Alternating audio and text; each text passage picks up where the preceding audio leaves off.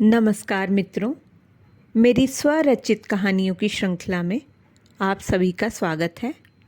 मेरी आज की कहानी का नाम है श्रद्धा। तो आइए शुरू करें। देवीदास नाम था उनका।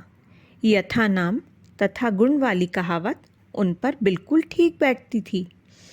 माँ दुर्गा के परम भक्त, सच्चाई और सरलता से जीवन यापन करने वाले, जितनी तन्मयता से, जितना नियम से व हृदय की गहराई से वो देवी माँ का पूजा पाठ किया करते थे, उतना विरले गृहस्थ ही कर पाते हैं। चाहे कुछ भी हो, सुबह देवी माँ का पूजन देवीदास जी अवश्य करते थे। देवी माँ ने भी उन पर अपनी कृपा बनाए रखी थी। सुघड़ पत्नी और सुयोग्य बच्चों ने उनके मान सम्मान को और बढ़ाया हुआ था। पत्नी, बच्चों और नाती पोती के साथ अपनी सेवानिवृत्ति के बाद की जिंदगी देवीदास जी बड़े आराम से जी रहे थे, पर देवी पाठ उनका नियमित ही रहता था। एक दिन बड़े नाती ने उनसे पूछा, दादाजी, आप ये देवी जी की पूजा पाठ रोज क्यों करते हैं? कभी आप बीमार हो जाते हैं, कभी कहीं जाना हो या कोई और बात हो, पर आप अपना देवी पाठ कभी नहीं छोड़ते, क्यों? देवीदास जी हंसते हुए बोले, माँ दुर्गा की कृपा से ही तो तुम सब, ये घर परिवार, नौकरी, तरक्की सब मिली है बेटा। नाती बोला, नहीं दादाजी, बात केवल इतनी नहीं है, कुछ और बात भी है। आप पूरी बात बताओ ना। तब देवीदास जी बोले, तो सुनो बेटा। बचपन से ही घर में पूजा पाठ का वातावरण था।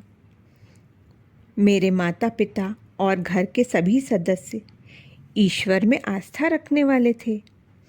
उसी वातावरण में मैं भी पला बढ़ा। बचपन में तो मैं सभी को देखकर भगवान जी को प्रणाम करता था, पर धीरे धीरे देवी भक्ति में मेरा मन रमने लगा। माँ दुर्गा की भक्ति से मुझे असीम शांति का अनुभव होता। तब धीरे धीरे मैं नियमित रूप से माँ का पूजा पाठ करने लगा। कई धार्मिक ग्रंथों का भी अध्ययन किया।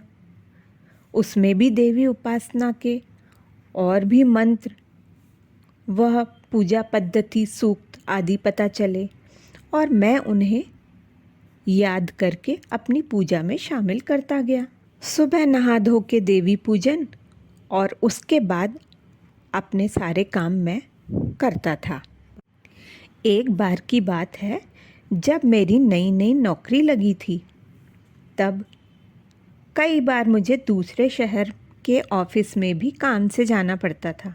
एक दिन ऐसे ही मुझे दूसरे शहर ऑफिस के काम से जाना था।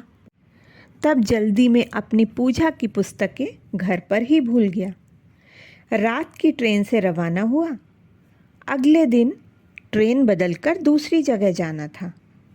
सुबह गाड़ी जब प्लेटफॉर्म पर रुकी, तब देखा कि दूसरी ट्रेन आने में अभी 2-2.5 घंटे का समय बाकी था। तब सोचा, चलो दूसरी ट्रेन जब तक आती है, तब तक वेटिंग रूम में ही स्नान करके अपना नियमित देवी पाठ कर लूँ। तब जल्दी से मैं वेटिंग रूम में गया। वहाँ जाकर नहाकर पाठ करने के लिए जैसे ही बैग खोला, तो देखा पाठ की किताबें तो मैं घर पर ही भूल गया था।